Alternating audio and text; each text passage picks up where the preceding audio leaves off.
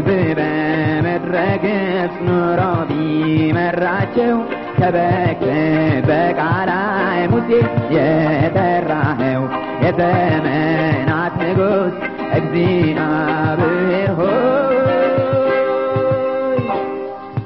ዘንዶውን የወጋ አንተ አይደለህም ሆይ ተነስ ተነስ ተነስ ተነስ የእግዚአብሔር ክንድ እንደ ጥንቱ ተነስ ኃይልንም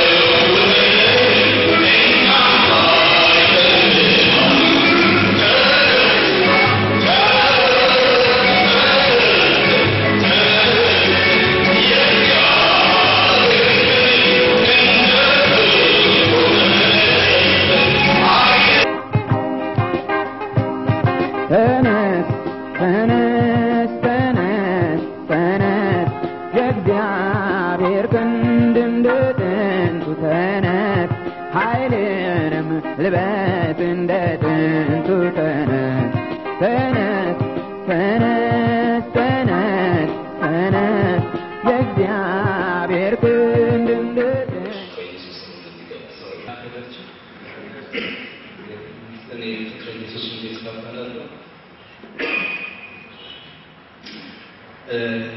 የሙሉ ወንጌል ቤተክርስቲያን ነኝ።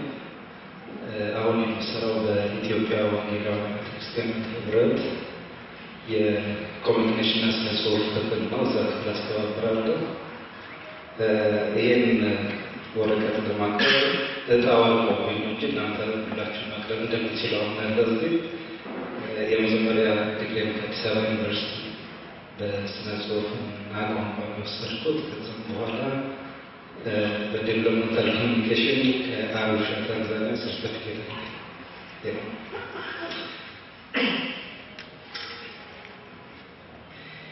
የኔ ጽሁፍ የሚያተኩረው ደቀ መዝሙር በሚለው ርዕሰ ጉዳይ ላይ ነው።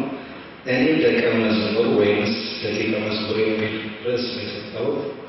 የመጀመሪያውን ቃል ታውቁታላችሁ። ሁለተኛውን ደቂቀ መዝሙር የሚለውን ሀሳብ ብያኔ በሰጠሁበት ክፍል ውስጥ አብራራለሁ።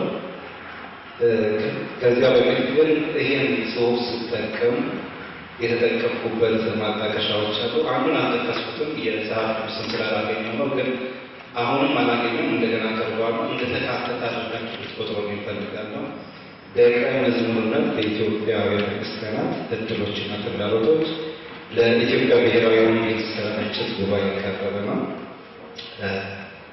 እንደተካተተ አድርጋችሁ ቁጥሩ ነው።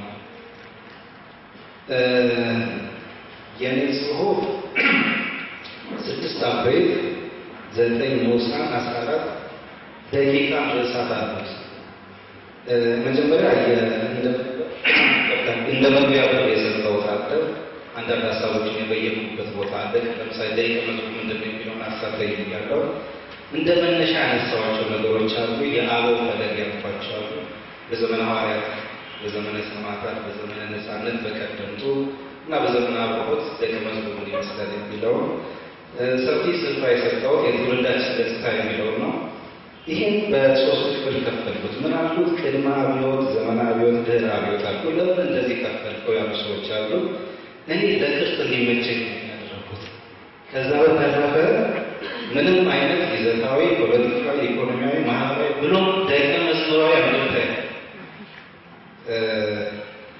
ወደ ምዕራፍ 1 ከመዝለቄ በፊት መጨረሻ ላይ 6 የመውጫ ፍኖት የሚል አስቀምጫለሁ። ወደ ምዕራፍ 1 ከመዝለቄ በፊት እንዴት ይጀምር? የሁለተኛው ዓለም ጦርነት እንዳለቀ በአውሮፓ ውስጥ አንድ ትልቅ ኤግዚቢሽን ተካሂዶ ነበር። ጦርነቱን አስመልክቶ የተካሄደ እና በርካታ ሰዎች አይተውታል። በጦርነቱ ውስጥ የተሳተፉ ብዙ ጀነራሎች ኤግዚቢሽኑን አይተውታል። እና መጨረሻ ላይ አንድ የታወቁ ጀነራል ወደ ሰዓሊው መጡና በጣም የሚያስገርምና የሚደንቅ ስዕል ነው፣ ይህንን ስዕል የሰራኸው አንተ ነው ወይ አሉት። የለም ጀነራል፣ እናንተ ናችሁ የሰራችሁት። እዚህ ጽሑፍ ውስጥ ብዙ ስዕሎች አሉ። ስዕሎቹን የሰራችሁት እናንተ ናችሁ ይላል።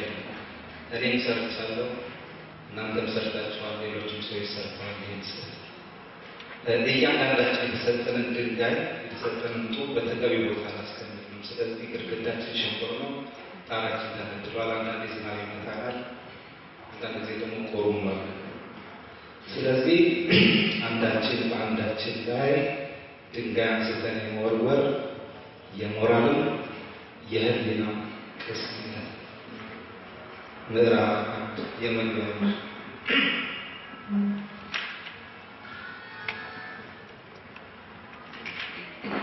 ላይ ስለሚታየው ውል አልባ አካሄድና ህልው ሆኖ ሊቀጥል ስለሚገባው ደቀ መዝሙራዊ ሕይወት ሳውጥረትን በርካታ ምሳሌዎች በህሊና ውስጥ መመላለሳሉ። ገባ ወጣ ከሚሉት ከእነዚህ ታሪኮች መካከል ተከታዩ ታሪክ ፈቅቶ ይወጣና ባህሪውን ሁሉኛ ሊገጽብኝ ነገር ማለት ነው። ቀደም ባለው ዘመን የባቡር ሀዲድና የመርከብ መተላለፊያ በሚሳፈርበት መስመር ላይ የሁለቱም ማመላለሻዎች አካሄድ በንቃት መቃኘትና በተለይም በባቡር መንገደኞች ላይ የከፋ አደጋ እንዳይደርስ ለመከላከል ይረዳ ዘንድ የመቆጣጠሪያ ጣቢያ ተተክሏል። ታዲያ የመቆጣጠሪያ ጣቢያዎቹ ማናቸውም መርከብ በመተላለፊያው መስመር ውስጥ ከገባና በተመሳሳይ ሰዓትም ባቡሩን ለማሳፈር በመገስገስ ላይ ከሆነ የተለመደውንና ባለቀይ ቀለሙን አርማ በማንሳት ባቡሩ ለሚመጣበት አቅጣጫ ያውለበልባል። በዚህ ጊዜ ባቡሩ ፍጥነቱን ሊገታና መርከቡ መተላለፊያውን አቋርጦ እስኪያልፍና መስመሩ ነፃ እስኪደርስ ቆሞ ይጠብቃል። በአንጻሩ በመሿለኪያው ስር የሚተላለፍ መርከብ ከሌለ ይኸው የጣቢያው ሹም ነጩን የጨርቅ አርማ ያነሳና በባቡሩ ዜና በማውለብለብ መስመሩ ሰላም መሆኑን ባቡሩም ያለ ስጋት ማለፍ እንደሚችል ያሳውቃል። እንዲህ አይነቱ ስራ የጣቢያው ሹም ዕለታዊ ተግባር በመሆኑ ያለአንዳች ማስረዳት በትጋት ይፈጽመዋል። በዚህ አይነት ሁኔታ ረጅም ዘመን አለፈ። ታዲያ በአንደኛው ዕለት የመርከቡ መተላለፊያ ተከፍቶና መርከቡ በመሿለኪያው ውስጥ እያለፈ ሳለ መንገደኞችን የጫነው ባቡር እየከነፈ ወደ ጣቢያው ተቃረበ። ሁኔታውን ያገኘው የጣቢያው ሹም የተለመደውን ቀይ አርማ በማንሳት ማውለብለብ ጀመረ። ይሁንና የባቡሩ ሾፌር ተሽከርካሪውን የመግታት እርምጃ አልወሰደም። የማስጠንቀቂያውን መስመር አልፎ ወደፊት ገሰገሰ። በዚህ ጊዜ የጣቢያው ሹም በድንጋጤ ውስጥ ወደቀ። ተምዘግዝጎ የመጣው ባቡር ለመርከቡ መተላለፊያ የተከፈተውን ቅስት ደርምሶ ቁልቁል ተወረወረ። በርካታ መንገደኞች ሕይወታቸው አለፈ። አንዳንዶች አካል ጉዳት ደረሰባቸው። ንብረት ወደመ። ሾፌርና ጥቂት መንገደኞች ግን ጉዳት ሳያገኛቸው ተረፉ። ከጥቂት ጊዜ በኋላ የባቡሩ ካምፓኒ በጣቢያው ኃላፊዎች ላይ ክስ መሰረተ። በዚህም የመተማመኛ ቃሉን እንዲሰጥ የቀረበው የባቡር ሾፌር ተከታዩን የመከራከሪያ ነጥብ እንዲህ በማለት አቀረበ። በወቅቱ የጣቢያው ሹም ያውለበልብ የነበረው የነጩን ጨርቅ አርማ በመሆኑ ፍጥነቱን ሳይቀንስ እንዲሄድና ተሳፋሪም ሆነ ካምፓኒው ለዚህ ከፋ አደጋ እንድንጋለጥ አድርጎናል ሲል አብራራ። የጣቢያው ሹም በበኩሉ የለም እኔ ያውለበለብኩት የአደጋ ዜና ማስጠንቀቂያ የሚለውን የቀዩን ጨርቅ አርማ ነው ሲል ተሟገተ። ረጅም ቀናት የወሰደውና ውሎ የጠፋበት ሙግት በብይን መቋጨት የተሳናቸው ዳኛ ድንገት አንድ ሀሳብ ብልጫለላቸው። በዚህም ለሁለቱም ተሟጋቾች መፋረጃ ይሆን ዘንድ የማስጠንቀቂያው ጨርቅ ወደ ችሎት ይመጣ ዘንድ አዘዙ። ጨርቁ ቀረበ። ለካስ የማስጠንቀቂያው